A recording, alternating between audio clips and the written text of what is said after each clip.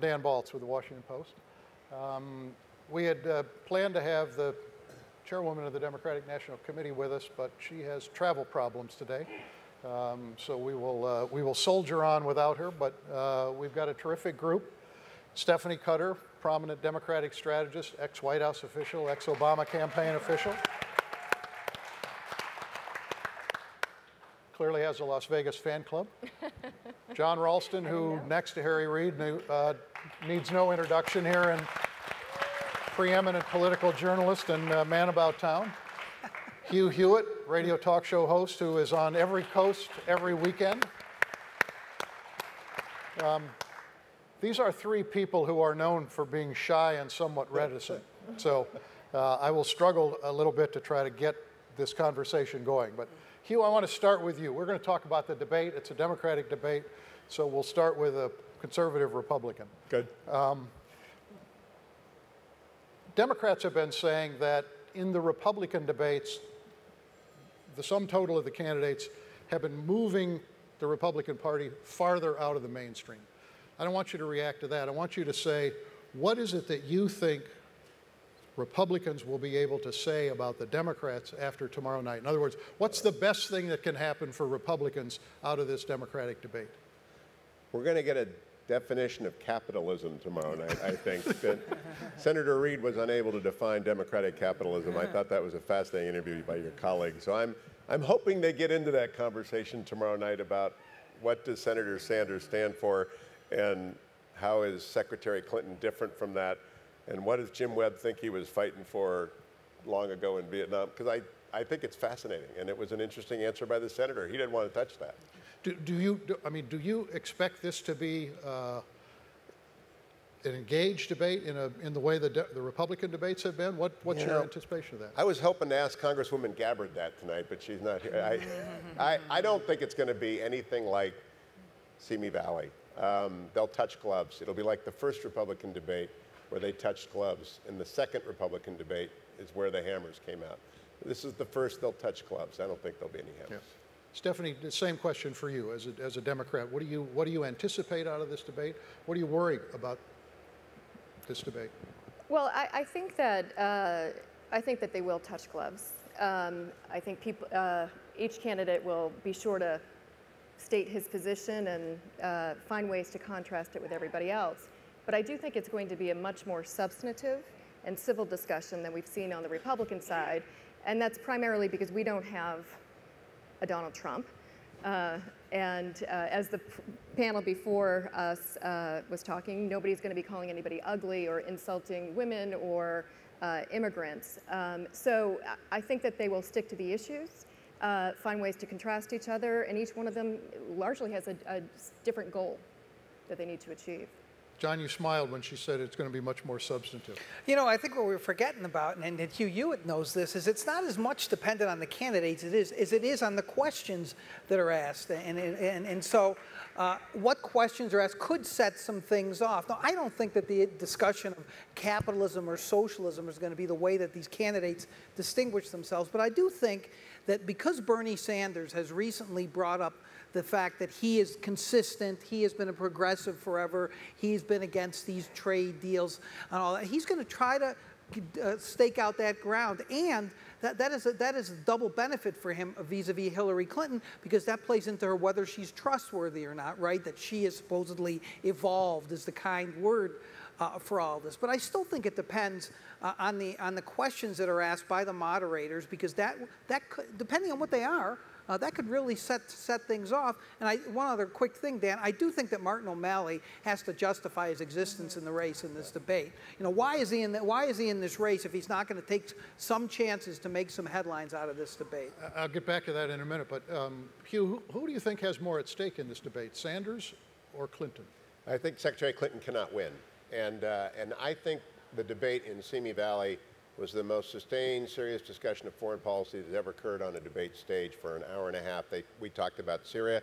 Donald Trump brought 24 million people to the table, so I think it's actually good that he is there and bringing all these people to the party. I bet you the ratings tomorrow night are not going to be close to what Donald Trump demonstrated. I believe. But why do you say she can't win?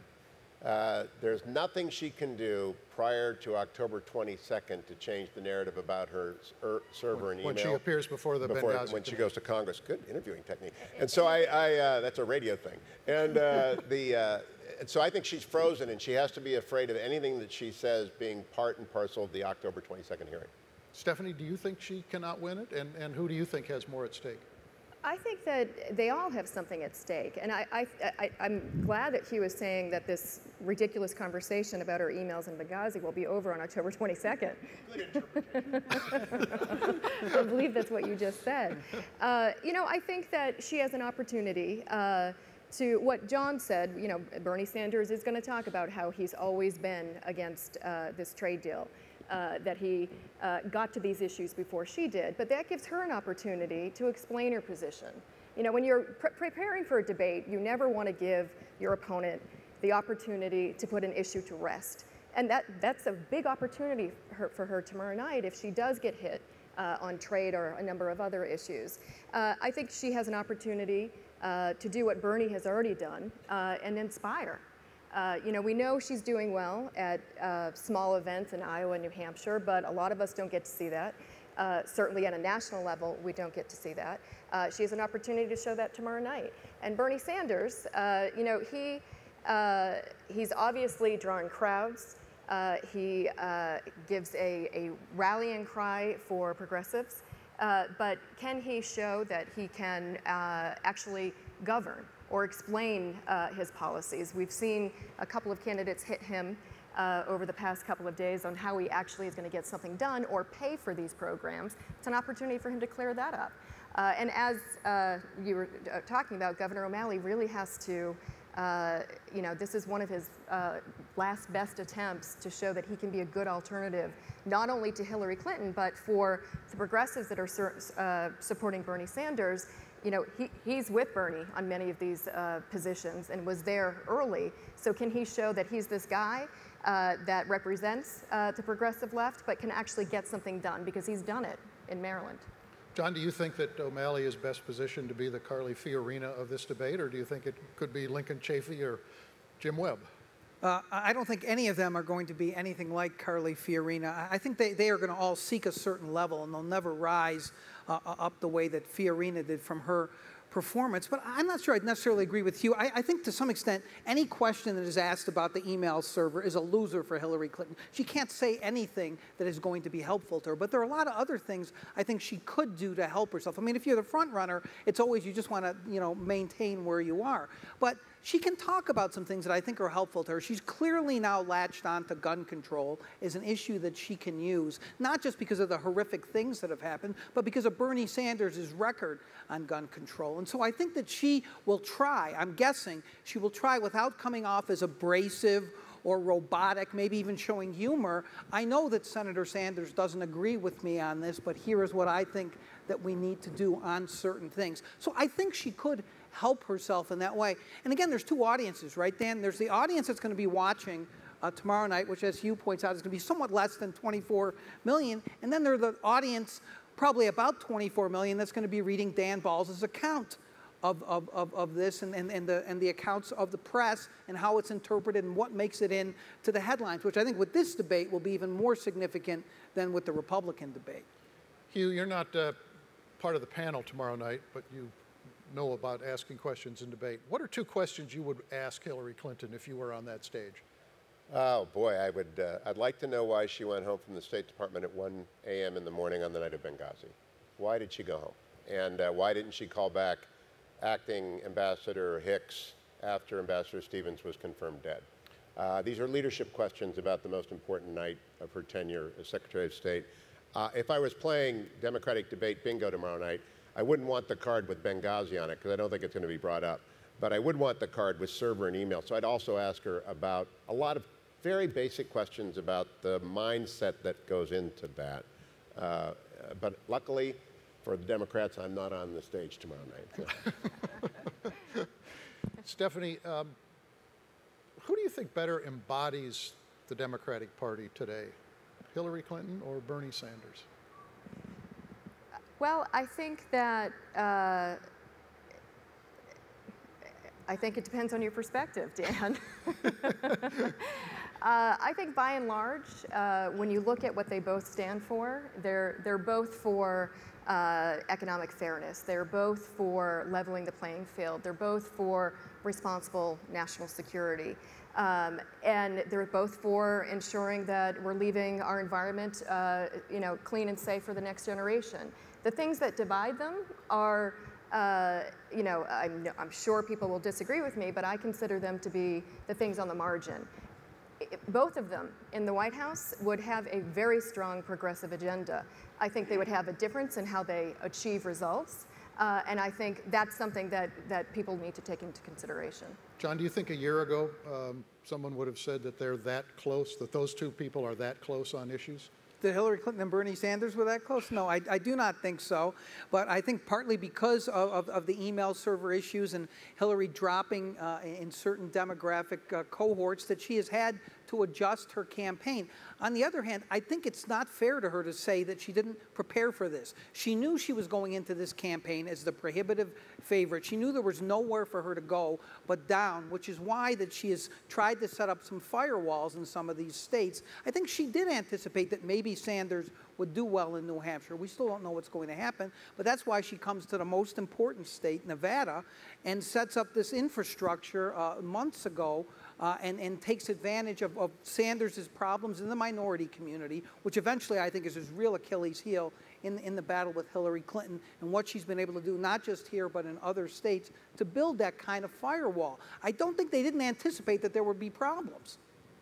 How well is she organized here compared to Sanders? Well, Hillary Clinton's been on the ground here for months. She's hired all the smart people from the Obama campaign in 2008 and all the smart people from the Clinton campaign here in 2008. They have traveled the state. She has been here. They have tons of paid staff and volunteers. And Bernie Sanders had his first organizational meeting 2 days ago. So if that answers your question. Yeah. Hugh, you raised the Benghazi questions as the ones you would like answered. How much do you think, we talked a little bit about this afternoon on your radio program, but I wanted to ask you, how much do you think what Kevin McCarthy said about the panel has changed the dynamic of her upcoming appearance before that panel? And Dan referenced, we were talking earlier, I hate confirmation bias, which is finding what you want to find. So I want to find that it didn't change anything because I think the panel's done a magnificent job, as I expected from Mike Pompeo and Trey Gowdy and Susan Brooks. They're all experienced prosecutors. So I hope it didn't change much. Whatever it did will be changed back by October 22nd. Steffi might be right. You might be right. She might close the door with an Oliver North-like performance, or she might enter candidacy.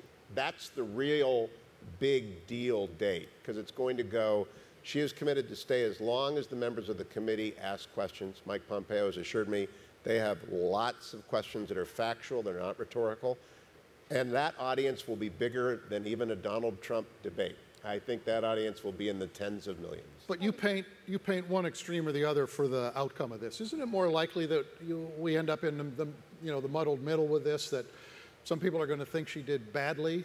Some people are going to say the committee overreached. Yeah. I don't think she does well under sustained political pressure. Stephanie and her team broke her in 2008. I think she broke in the night of Benghazi.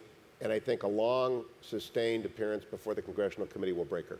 I disagree with that. I think that there's at no point that Hillary Clinton is best when she is up against a wall, when her back is up against a wall. I think that's a little bit of what we're seeing now on the campaign trail, where she's starting to hit her stride, whether it's with the Today Show, Town Hall last week, where her performance was magnificent, SNL, Jimmy Fallon. But I think if you look back at her Benghazi appearance, was it last year or how many? I've lost track of how many times. Yeah, she answered every single question, and actually came out of that performance putting to bed a lot of open-ended questions that needed to be answered. And I do think that Kevin McCarthy's statement about this all being about politics is going to impact about how people look at these hearings. And I think the biggest danger, Hugh, is not how Hillary Clinton performs, because she's going to be good. She's great in situations like this. I think the biggest danger is for Republicans and overreaching. How many times can they ask the same question? How many times can they go down the same road and get the same answer? I don't think it's performance. I think it's going to be the answers, the substantive answers that are given that will determine whether or not it ends her candidacy or gets it off her back. You know, I think this is funny in the sense that it's only a huge story, I think, essentially in Washington, that, oh my goodness, what, there are some people on that committee who were politically motivated? Are you serious? So I don't think that gets anywhere. And I think that beyond some kind of what Hugh describes as a candidacy-ending event, and there are some real substantive questions that can be asked of Hillary that in a very non-dramatic way that I think some of those members that Hugh talks about will ask. But beyond the candidacy-ending event, people have already decided whether they think Hillary Clinton did something wrong there, and in many other situations or not. My theory on this whole election is that so many people have already made up their minds about Hillary Clinton, lover or hater, that the sliver that is left are the ones who are going to determine the election, and the election will be about somebody, if she becomes the nominee, who has a 50 or 60% number on untrustworthy. She will do what Harry Reid did in Nevada to survive, which is make the election about the other person and try to destroy whoever the Republican nominee is. That's the only way she can win the election. Hugh, given all the problems she's had, given the decline in her numbers, given the questions about the emails, given all the questions and the nervousness among Democrats, do you still see her as the most formidable general election nominee for the party? I was asked that on CNN today. I wrote a book a year ago, The Queen, in which I said she was the prohibitive favorite and the prohibitive likely next president. And now I'm more worried about Joe Biden as a Republican partisan. And I'm more worried about Joe Biden because the Russian reset button, the Libya catastrophe, the Egyptian indecision, the general collapse of America's standing in the world has, I think, made her tenure as State Department catastrophic. However, Vice President Biden is well loved by everybody. I mean, just everybody likes him. And so that's, as John just pointed out. But isn't he part of the same administration whose policies you're enumerating? I think he's different from the foreign policy failures because vice presidents don't make foreign policy secretaries of state and presidents do. And so, unless you're Dick Cheney. The fact is that I think he sails above it and he's very trustworthy. I don't know what his trustworthy number is, but I'll bet you it's not above 50% untrustworthy. John, how much longer does he have to wait before he has to really make this decision? I mean, you know the rhythm of campaigns. He's mulled this for a long time. I think he does have to make the decision pretty soon. I'm still hoping, as I've said today on TV and written, I hope he parachutes into the debate tomorrow night or is carried on a trapeze and with a light show onto the debate stage. I think that would be the best role. But seriously, I mean, you talk about rhythms of campaigns. You know, Hillary Clinton has set up an infrastructure in a lot of these states that's going to be difficult for him to buck. Now, I think that Hugh's point is right in the terms of he's so well loved, and there are a lot of people who are, I would use the word, and Stephanie would probably disagree with this, I think they're worried.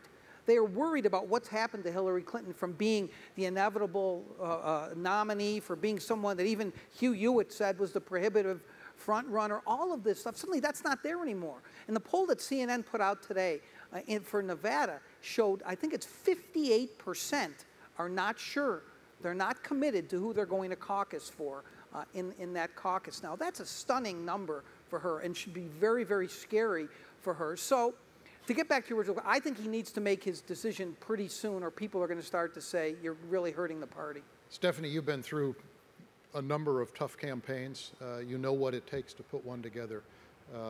Two questions on Vice President Biden. One, how late is too late for him? Obviously, filing deadlines, but between now and that, how late is too late in your estimation?